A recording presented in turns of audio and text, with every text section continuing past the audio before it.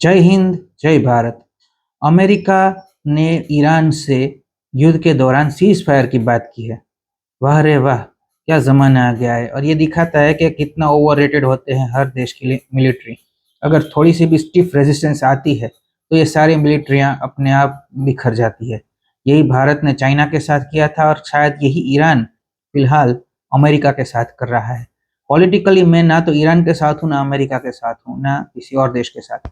मैं तो सिर्फ एनालिसिस करके देख रहा हूँ और मुझे लग रहा है कि कितनी भी बड़ी आर्मी हो, कितने भी बड़े प्लेन हो, अच्छे प्लेन हो, कोवर्ट हो, नॉन कोवर्ट हो, जो भी हो, ब्लैक ऑप हो, कुछ भी हो, लेकिन once it comes to hand combat या फिर युद्ध की बात आती है तो फिर जज्बा और जिगरा दिखता है। और मुझे हर बार ये नज़र आता है कि एशियन कंट्रीज़ की आर्मीज़, स्पेशली इंडिया, ईरान जैसी आर्मीज़ जो लड़ना जानती है, अपने देश के लिए लड़ती है, किसी विचार या किसी धर्म के लिए नहीं, अपने देश के लिए, धर्म भूमि, कर्म भूमि के लिए लड़ती है।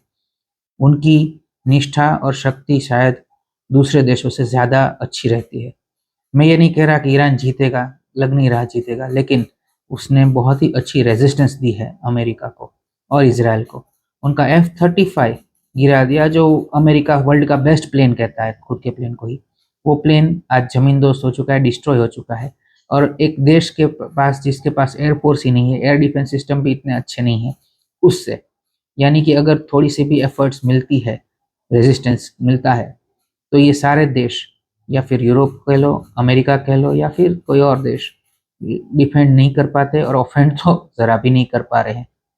फिर यूक्रेन हो, फिर या फिर इंग्लैंड और अर्जेंटीना हो, हर बार सबको मुँह की खानी पड़ी है।